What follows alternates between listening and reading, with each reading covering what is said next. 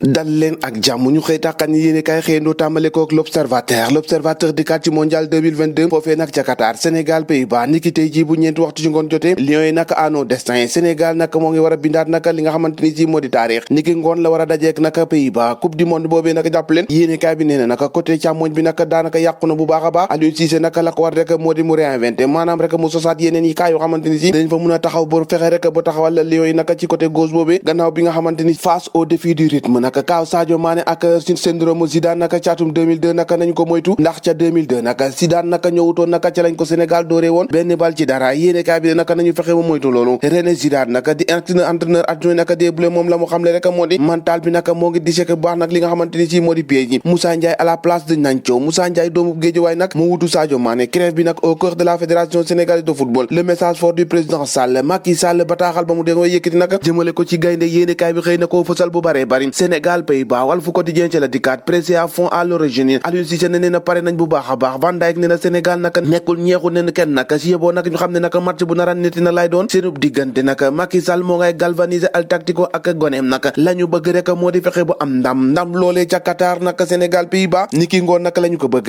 yéene kaay bi bés bi le jour nag ne Lions yi nag ñoom ñëpp boole nañu seen xol bi naka ñoom ñëpp na ngay galvaniser ni nga xamante ni si moo di seen ñooñ Sadio Mané moo ngi leen di sos moo ngi leen di bàkk nag ngir rek ñu fexe ba honorer li nga xamante ni si moo di Sénégal Macky Sall ak Karim Wade ca stade ba yéene kaay bi ne boo moytu nag mun nañu gisee Sénégal nag adversaire la boo xamante ni si dina métti lool ki nga xamante ni si moo di Van Dijk moo ñu waxee 4-4 de forfait maanaam forfait yu bëri nag moo ngi tàmbalee dal Sénégal le dessert à gauche boobu nag daanaka léegi mu jeex ndax ña fa waroon a football ñi si bëri ca ñoom nag ci jamono ji ñoo ngi ciy jafe-jafe test de grandeur nature nag Sénégal war a amal test bu rëy a rëy le soleil yéene kaay nag ca la ko dal fësal nag test boobee yàlla na jàll top c'est parti coupe du monde Qatar 2022 nag yéene kaay bi di Sud Quotidien dikkaat na ci ne Sénégal nag fi mu ne nii nag daanaka lépp pare na ngir mu jànkaarloo ki nga xamante ni moo di Pays-Bas Macky doppale Lyon daanaka yéene kaay bëri nag ca la ñu xëy nee na prêt à rugir nag ngir rek fipp nag xiiru wane ci àdduna wërngër këpp ne Sénégal mi jëloon coupe d'Afrique bi weesu nag mën na def jaloore ca coupe du monde ba un début de mondial à haut risque bu bëri nag la yéen foo yéene kaay gis ndax Sénégal ci jamono ji daanaka bëri na ñoo xamante ni si dañoo amee ay gaañu